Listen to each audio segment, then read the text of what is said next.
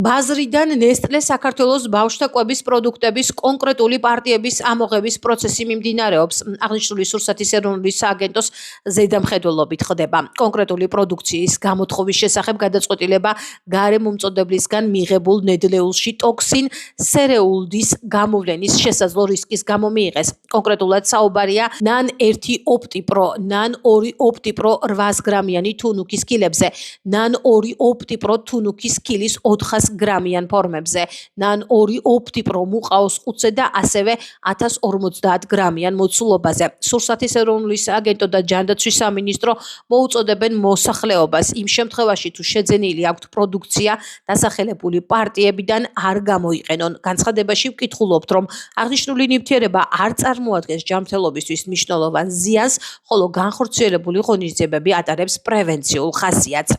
ეს ჯგუფის მოწოდებულ ინფორმაციაში აღნიშნულია, რომ გარკვეული პარტიები პოტენციურად შესაძლოა შეიცავდეს ცერეუდილის ტოქსინს, რომელიც არ უნდა იყოს სურსათში და მათ შორის სასაკვირველია ბავშვთა კვებაში. აღნიშნული ნივთიერება ცერეუდილის ტოქსინი, ესე ვთქვათ, არის ტოქსინების იმ ჯგუფს მიეკუთვნება, რომელიც არ ნორმირდება და არ არის დაშვებული, რომ რაღაც ზღვარით თუნდაც არსებობდეს სურსათში. ტოქსინი გამოირჩევა ჯანმრთელობისთვის ზიანის მომტანი სხვადასხვა ისეთ კლინიკური ნიშნებით, როგორც არის გულისრევა, ასე ვთქვათ, ზოგადი სისუსტე და მათ შორის ნერვული სისტემის დაზიანება. ის სიმპტომები უნდა ვიცოდეთ, რაც შეიძლება პოტენციურად დაკავშირებული იყოს ამ პროდუქტის მიღებასთან. ეს ჩამონათვალი არ თუ ისე დიდია, შემოიფარგლება მხოლოდ ღებინებით, ნაზდავთა მოქმედების გახშირებით, მუცლის ტკივილით. შესაბამისად, თუ არსებობს ესეთი ფაქტი, რომ ნესტლეს ამ პროდუქტის მიღებიდან ნახევარი საათის, მაქსიმუმ 6 საათის შემდეგ ბავშვს დაიწყო ღებინება და რაც თავარია ამ ღებინებას განმეორებითი ხასიათი აქვს. რა თქმა უნდა ჩავთვალოთ, რომ ეს შეიძლება იყოს დაკავშირებული უშუალოდ რძესთან. ის რაც უნდა გავაკეთოთ ესეთ შემთხვევაში, თუ თქვენ აძლევდით აქამდე ამ პროდუქტს უმჯობესია ახლა თავი შევიკავოთ მისი მიცემისაგან. ბაცილუს ცერეუსი ეს არის ბაქტერია, რომელსაც გამოიმუშავებს ტოქსინს ცერეულით და რომელსაც შეუძლია გამოიწვიოს ჩვილებში მუცლის სპაზმური ტკივილი, გულისრევა, პირღებინება და მსუბუქი დიარეა. ასეთ შემთხვევაში ბუნებრივია, როდესაც არის ეჭვი იმაზე, რომ ეს ტოქსინი არის ამა თუ იმ საკვებში, აუცილებლად უნდა მოხდეს მისი ამოღება.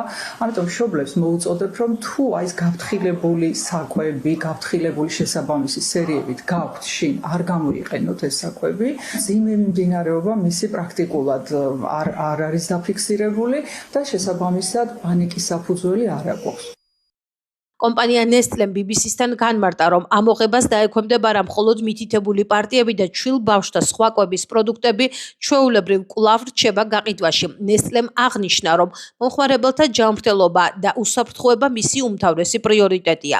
კომპანიაში განაცხადეს, რომ გაწვევა წარმოადგენს სიფრთხილის ზომას, რომელიც შეესაბამება მის გლობალურ ხარისხსა და უსაფრთხოების სტანდარტებს. მათი მტკიცებით, დღემდე არ დაფიქსირებულა ზიანის არც ერთი დადასტურებული შემთხვევა.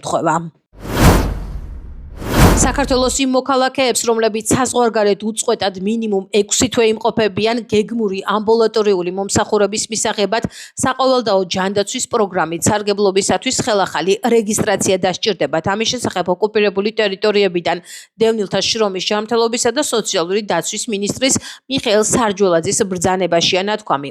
დოკუმენტიდან ირკვევა, რომ ბრძანება 2026 წლის 1 იანვრიდან უკვე ამოქმედდა. გადაწყვეტილებასთან დაკავშირებით განცხადება გაავრცელა ჯანდაცვის სამინისტრომ.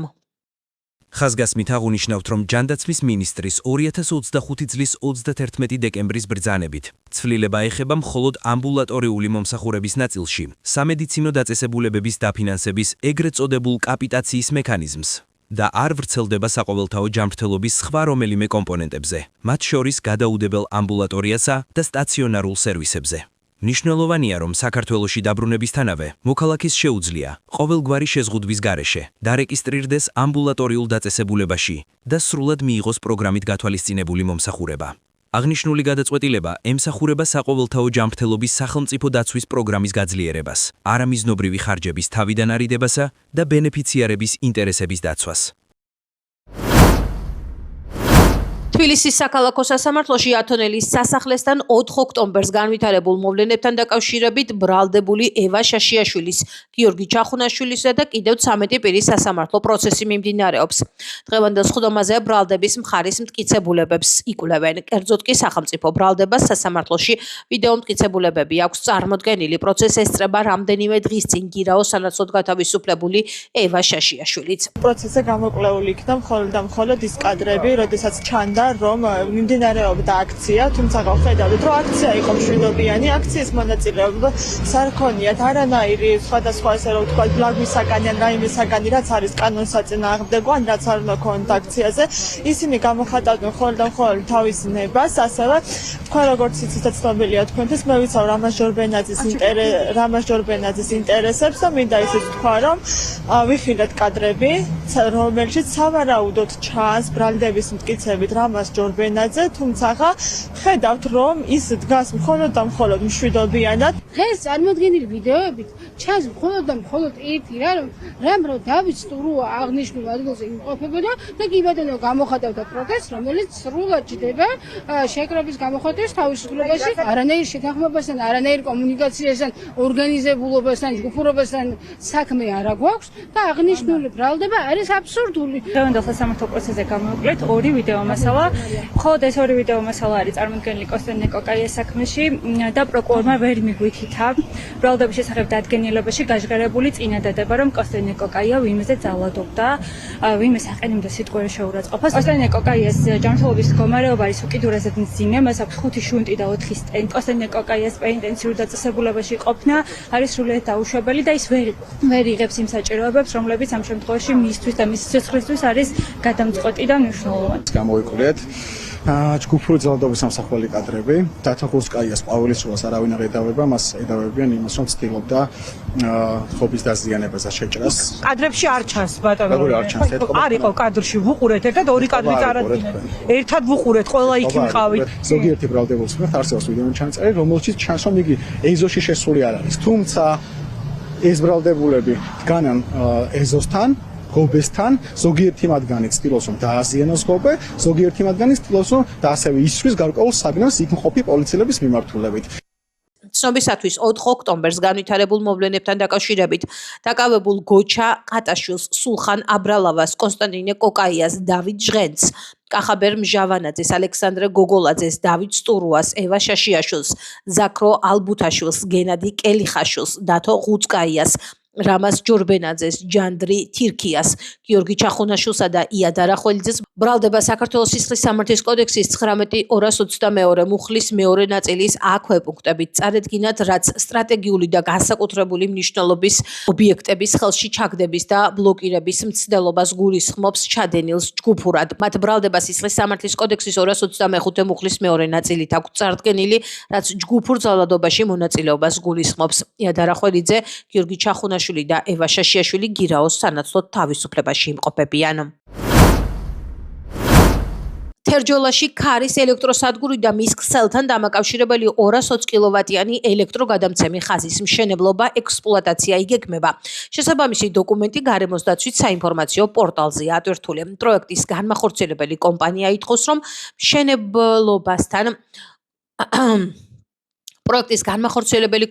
ითხოვს, რომ მშენებლობასთან დაკავშირებით გარემოს დაცვითი გადაწყვეტილება დაჩქარებული წესით მიიღონ. პროექტის მიხედვით გოგნის ქარის ელექტროსადგური 224 მეგავატიან სიმძლავრის იქნება.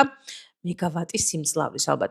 პროექტის მიხედვით გოგნის ქარის ელექტროსადგური 224 მეგავატის სიმძლავრის იქნება. ძაბვის საჰაერო ელექტროგადამცემი ხაზი 220 კილოვატიანი ძაბვის, ხოლო ქვესადგური 220 კილოვატიანი ძაბვის. ქარელში სტუმრად მყოფმა ორმა ქალმა მასპინძელს ფული მოჰპარა, მას შემდეგ კი რაც სახლის მეპატრონემ 112-ში დარეკვა სცადა, მობილური ტელეფონი გასტაცეს და თანხასთან ერთად მიიმალნენ. პოლიციამ ისინი ცხელ კვალზე დააკავა. ჯგუფურად ჩადენილი ძარცვის ბრალდები წარსულში ნასამართლები 1990 წელს დაბადებული ამ და 2000 წელს დაბადებული გქ დააკავეს. მომხდარზე გამოძიება სისხლის სამართლის კოდექსის 178 მუხლის მეორე ნაწილის ა და მესამე ნაწილის აქვე პუნქტები მიმდინარეობს, რაც 8 წლამდე ვადით თავისუფლების აღკვეთას ითვალისწინებს.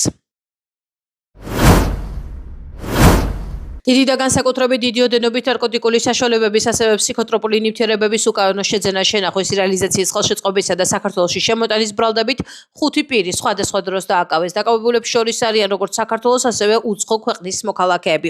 სამართალდამცველებმა ნარკოდანაშაულის ბრალდებით დაკავებული პირების პირადი და საცხოვრებელი ბინების ჩხრეკისას, ასევე მათ მიერ მითითებული ადგილებიდან სხვადასხვა სახის დიდი და განსაკუთრებით დიდი ოდენობით ნარკოტიკული საშუალებები და ფსიქოტროპული ნივთიერება მტკიცება დამოიღეს. ერთ-ერთი დაკავებულისაგან საპატრულო პოლიციის დეპარტამენტის თანამშრომლების მიერ ასევე ამოღებულია უკანონო ცეცხლსროლი პისტოლეტი და საბრძოლო მასალა.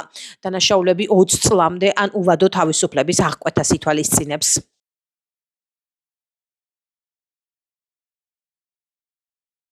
ასევე განსაკუთრებით დიდი ოდენობით ნარკოტიკული საშუალების უკანონო შეძენა შენახვისა და პოლიციაზე თავდასხმის ბრალდებით ერთი პირი დააკავეს. სამართალდამცველებმა ოპერატიული ინფორმაციის საფუძველზე ბრალდებული თბილისში შეაჩერეს. მათი დანახვისთანავე ბრალდებული შეეცადა ადგილიდან მიმალვარს, რა დროსაც მისი მართვის ქვეშ არსებული ავტომანქანით განზრახ დაეჯახა პოლიციელების ავტომობილს.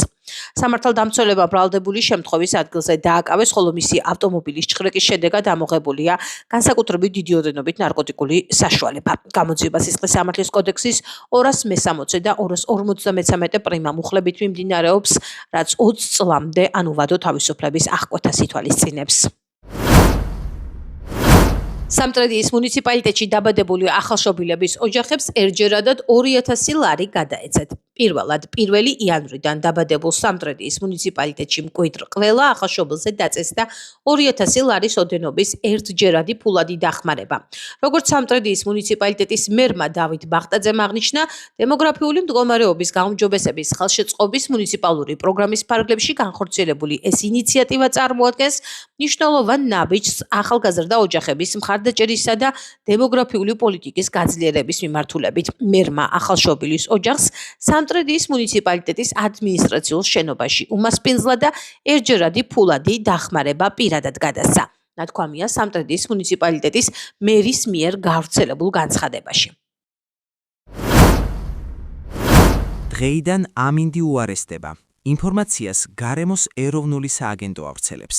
9 იანვრიდან 10 იანვრის დილამდე დასავლეთ საქართველოში მოსალოდნელია წვიმა, ზოგან ძლიერი ელჭექთან ერთად.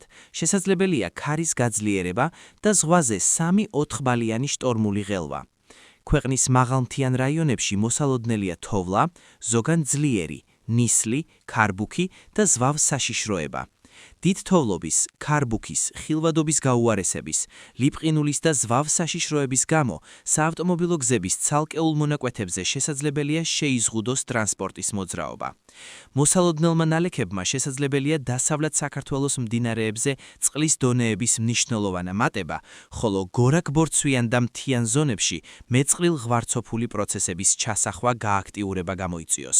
საფრთხის დონე საშუალო. ნათქვამია ინფორმაციაში.